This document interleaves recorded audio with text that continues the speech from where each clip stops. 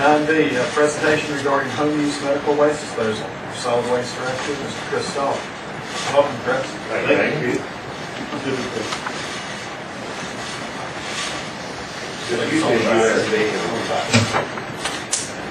I see one back there.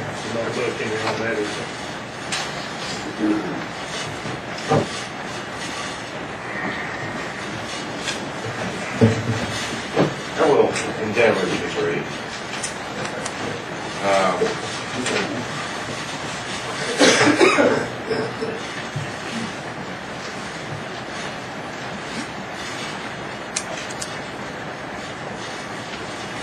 While it's trying to load, this is a draft brochure that sort of deals with what I'm going to be discussing, and it's probably a better thing to kind of track along with the presentation.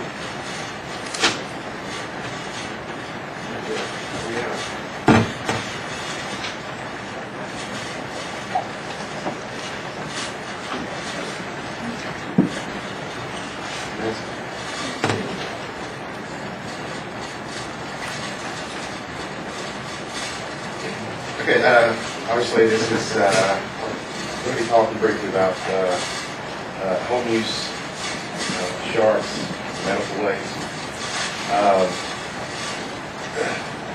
and sort of a problem that faces the solid waste industry in general.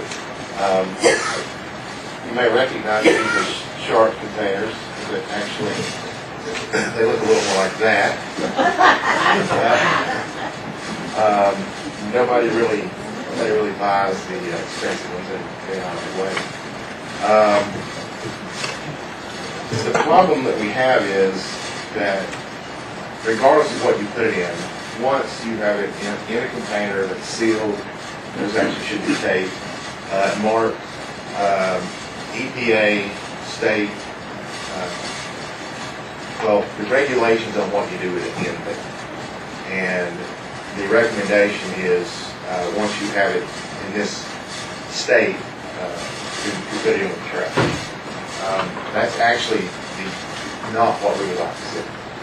That's not what we home use, yes, as opposed to healthcare use generally.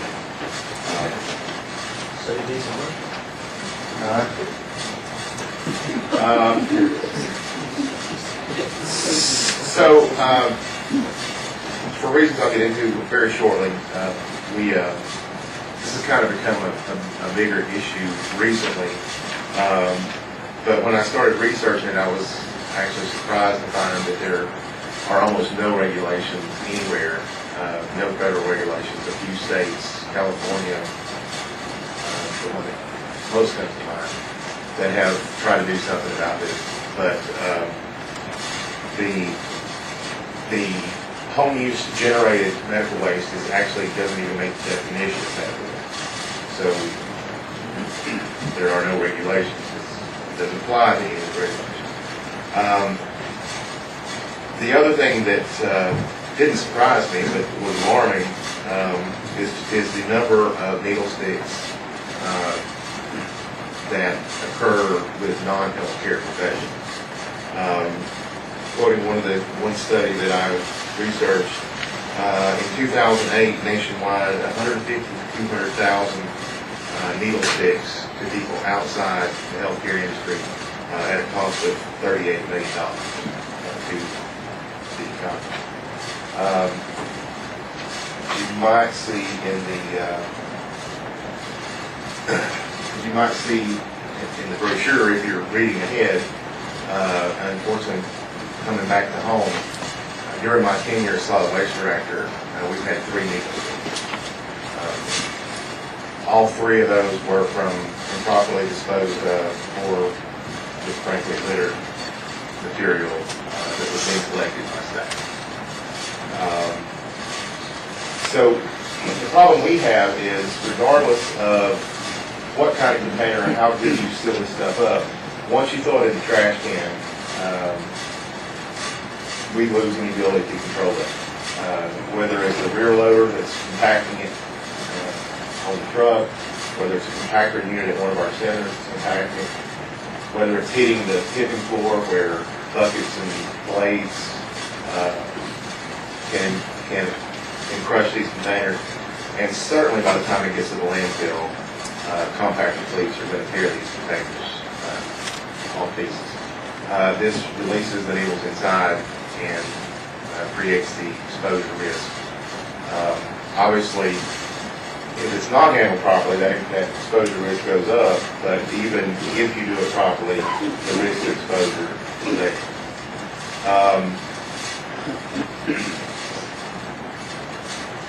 So I think I just said most of that.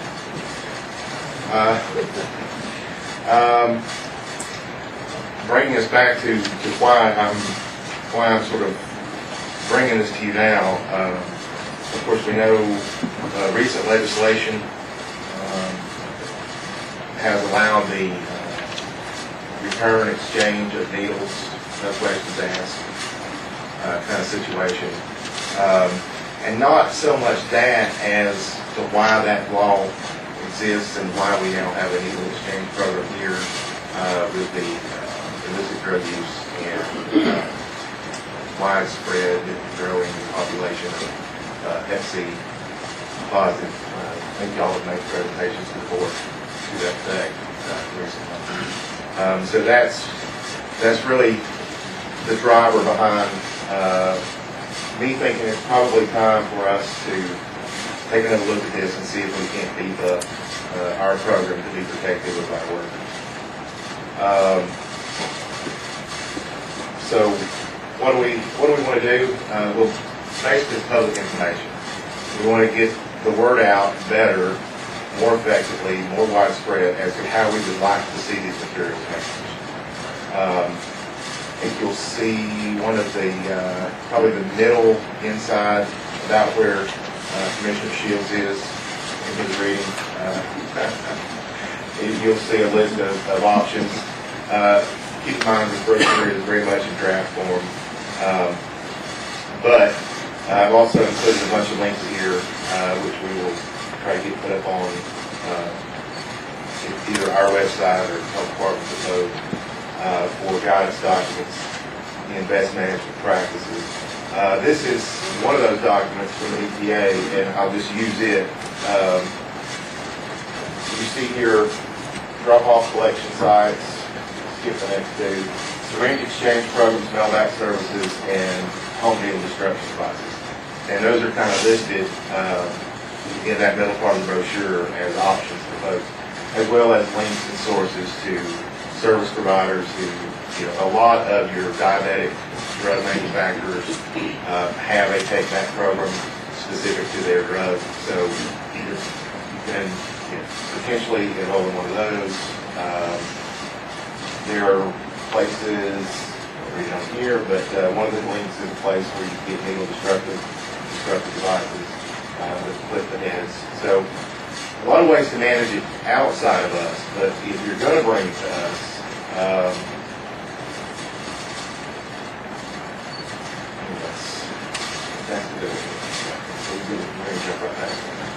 the big thing for us is if you're going to bring it to us, we don't want it put in the trash. We want you to bring it separately. We want you to hand that container. Well, traditionally we have asked you to hand that container to an attendant. We would store it, and then when we came to service it, service that center, we would pick up the sharps and bring it to the landfill. Of course, all sharps, once they reach the landfill, are buried immediately. We dig a little hole covered with other trash and then start compacting it so that we don't risk exposure. So the big thing is we don't want it in trash. Of course, along with increased awareness to the public, these brochures, some posters that we're going to make up to put at all the centers, potentially at other healthcare provider facilities. Like I said, just to try to get the word out better as to how we would like to have these handled.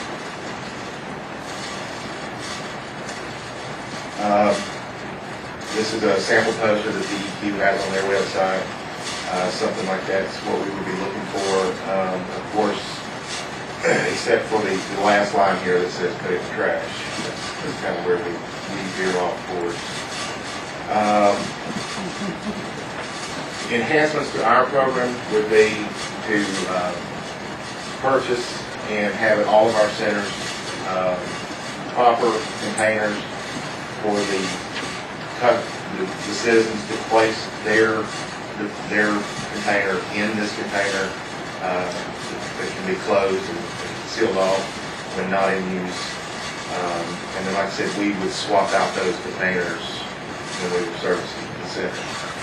So just a little more formal, a little better organization, proper container from beginning to end while we have it, and to further protect our workers and to increase awareness that this is what we would like to see. One other thing that I've looked at, thought about, these kiosks, sort of look like an old mailbox, but they are, these are 4 sharps containers. These could be placed at different places, which would allow, you know, some privacy for disposing of your needles if that was a thing you cared about. Although we don't want to make them too private, and met with Health Department, the Needle Exchange, Sheriff's Department, EMS, probably one of those, to discuss potential locations. EMS stations, for example, some level of privacy could be outside, available 24 hours, but reasonable suspicion that somebody might be around, so we don't have people trying to bust these open to get the needles out or putting their McDonald's wrappers in the containers. And believe it or not, I guess the one thing I didn't say that I'll say now, I want to do this program. It's not a lot of money. It's not any new money. I would move it around in my budget to do this. Again, working with the other departments to bring this to fruition. But I just wanted to kind of give y'all a brief presentation on kind of what we want to do and why we want to do it. And if that led to a local change in our ordinance where the county said, hey, we do not want these in the trash, it would pretty much be up to the county to do that. State and feds do not accept. I mean, a few states did, but just not most. And lastly, to point out, and Chester mentioned this earlier, this program is for home use. This is not for regulated medical waste, and this is not for healthcare service providers. If, for instance, we put one of these kiosks at the health department, because what would you do the diabetes clinic? Because of that. If people wanted to make use of that, that would be fine. But if the health department made use of it, it could be there, but we couldn't collect it. It would come to define waste acceptance. So that would be handled differently. But I have heard a lot of comments lately, just randomly, for some reason, that maybe it was from Jim, that some doctor's offices may be having some issues finding sources to get this. The thing I just clicked off of, and there's a link in the brochure on the back, there are a myriad of companies that provide this service for regulated medical waste, but we do not want that coming to us. Chris, you and I spoke about this matter. You mentioned to me the cost to the county, the cost to the employees, time and whatnot. If in the event they lose the sharp stick, what do they have to go through? Well, obviously this had bearing on important topics. Right. Well, if you get a needle stick and don't have any complications or develop any disease, you do at least have to go for 3 screenings. One immediately when you get stuck, one a month later, and then one 6 months later. And so just just in the three we've had, I don't think rose above that. But just the lost work time and, of course, the stress on the employee, they're worried about how these tests are going to come back. And 3 visits and testing, and I don't know if Jim can comment on a dollar figure associated with that, but It depends on the situation. In the case of somebody at the landfill with a needle stick, it's not like somebody in my clinic who just stuck somebody with a needle and gets a needle stick, because I can test that person that was just stuck, and along with my employee, and we can make a determination right then as to whether the individual needs to be on antiviral meds or anything like that. In the case of the landfill, if you get stuck, you have no idea where that needle came from. And it's pretty much an automatic recommendation by whoever the provider is for that individual going on antiviral meds. Plus the testing costs, plus the office visit costs, and then add that lost work back. If somebody goes back with hepatitis C, you're talking $100,000. Yeah. Of course, there's no department anymore, bases and trips. and we would be happy to work with them. We had that problem. I've been down that road with the sheriff's department recently, so, they come contact me and pay it. And so it's a problem. I certainly don't want to compare us to them. They at least have, I don't want to, solace is certainly not the right word. They have the knowledge that this is a potential for us, which bag is going to get us. We mean, So, recently contracted with East Coast County, saying they're able to consult with the county, within the county, to put together policies and whatnot that would hopefully minimize the potential social capabilities and encourage departments to come in contact with that kind of place to Basically, you understand you're going ahead and well, I mean, 5 or 6 is what it said on there. 5 or 6 of the kiosks. The kiosks is not nailed down because we've only met once. I wanted a general nodding of heads that yes. I mean, it just In makes some sense. cases, Medicaid will pay for this. Right. Medicaid will pay for that if the doctor, we've been down that road too. Right. So but that can be a struggle. Well, and with the needle destruction devices, there's that thing's eventually going to fill up, and we run the same risk of busting that container. So if we can just, like I said, if we can just keep them out of the regular waste streams and manage them separately, just for protection of the workers, this is what we're after. The reason I'm presenting this to you now is I anticipate, maybe up to a $10,000 expenditure. The kiosks, for example, are about $1,200 with shipping. You have to have with such a big, like a mailbox. Yeah, and actually, the lady from Needle Exchange, she was actually worried these may not be rugged enough because of people trying to break into them to get dirty needles. I'm talking about the open. Well, it's got to be big enough to hold a Clorox or a large game. I may not be getting it.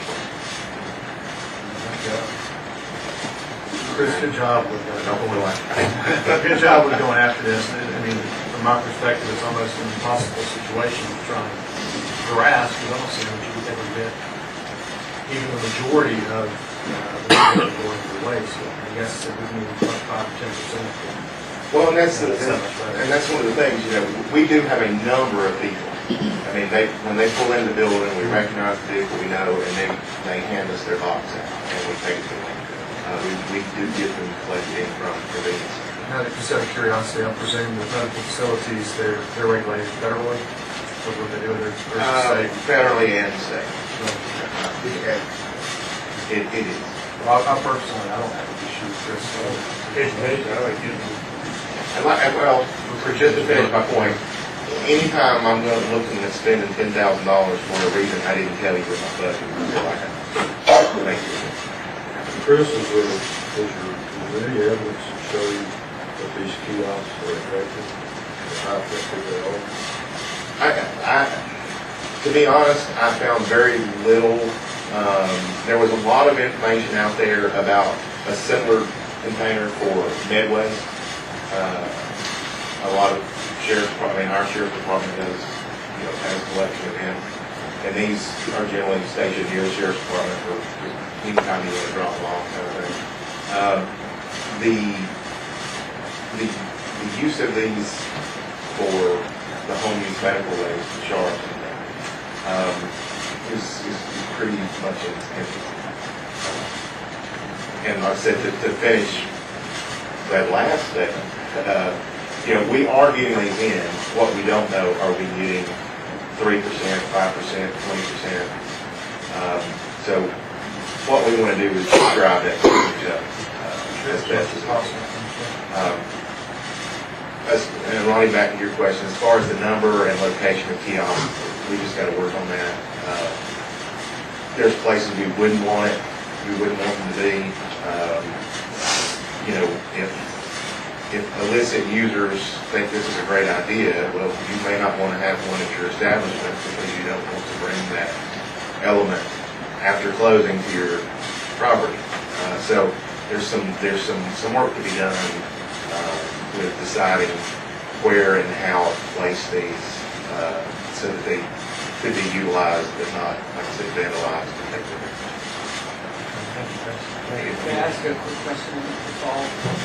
Sure, you can get to later. Well, this is a public interest. The past 7 months have been the worst flu season I've ever experienced. And That's not our fault. I had solid waste. I had multiple animals, and of course the cardboard wrapper I can recycle. But the instructions actually say they put plastic containers and applicators, wrap them, and put them in the trash. As I said earlier, that all of your literature and documentation say put it in the trash. I just disagree. So should I recycle? Should I take the plastic tubes and put them in there? I'm not exactly sure what you're talking about when you talk about these tubes. I don't know what you're describing. Somebody help me here. They're about this long, and you press it, and then it brings the fluid out and from the animal. And Like an injection? Like an auto injection? there's no needle involved. He's talking about like a lead gas case where it says, Oh, no, please don't. That you can put in the trash. Good job on that, Thanks, Chris.